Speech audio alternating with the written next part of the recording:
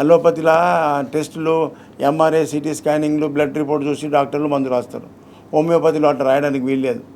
Diagnose చేసినప్పటికీ లోపల ఉన్న వ్యాధి యొక్క లక్షణాలన్నీ బయటకు సిమ్టమ్స్ రూపంలో బయటకు వస్తాయి. ఆ సిమ్టమ్స్ ఆధారంగానే మేము మందులు ఇవ్వాల్సి వస్తుంది. సిమ్టమ్స్ మీరు పేషెంట్ చెప్పే లక్షణాలను బట్టి మేము మందులను వెతికి వేయాల్సి వస్తుంది. క్యాన్సర్ అనగానే మందులు ఉండవు హోమియోపతిలో. క్యాన్సర్ యొక్క లక్షణాలు ఏంటి అని చెప్పాలి, అడుగుతాం. లాస్ట్ వారము మీకు ఒక క్యాన్సర్ లేడీది చూపించిన, నీళ్ళు పాలు తాగుతలేదు, ఆ రోజే వచ్చింది, పోయిన వారమే వచ్చింది. ఆ లైవ్ ఆ వీడియో వెంటనే మీకు చూపించిన. నీళ్ళు పాలు కూడా దిగుతలేవు సార్ అని వచ్చింది.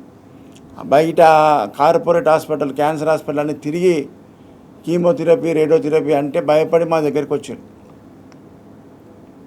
ఈరోజు నేను లైవ్కి వచ్చేటప్పుడే క్లినిక్ వచ్చి నేను పోయిన వారం మందులు ఇచ్చి 10 డేస్లో దీని రిజల్ట్ చెప్పాలమ్మా, మార్పు వస్తే మంచిదే, లేకపోతే నువ్వు ఎటన్నా వెళ్ళిపో కార్పొరేట్ హాస్పిటల్కి అని చెప్పిన. అంత ఛాలెంజ్ చేసి మందు ఇస్తే ఇవాళ వచ్చిండ్రు ఫ్యామిలీ అంతా. ఎట్లుంది అమ్మ అంటే, సార్ నీళ్ళు పాలు తాగుతున్నా, బాగా తెమ్మ వస్తుంది. ఇప్పుడు తెమ్మ బంద్ అయింది, ఆయాసం బంద్ అయింది, నీళ్ళు పాలు కొద్దిగా తాగుతుంది.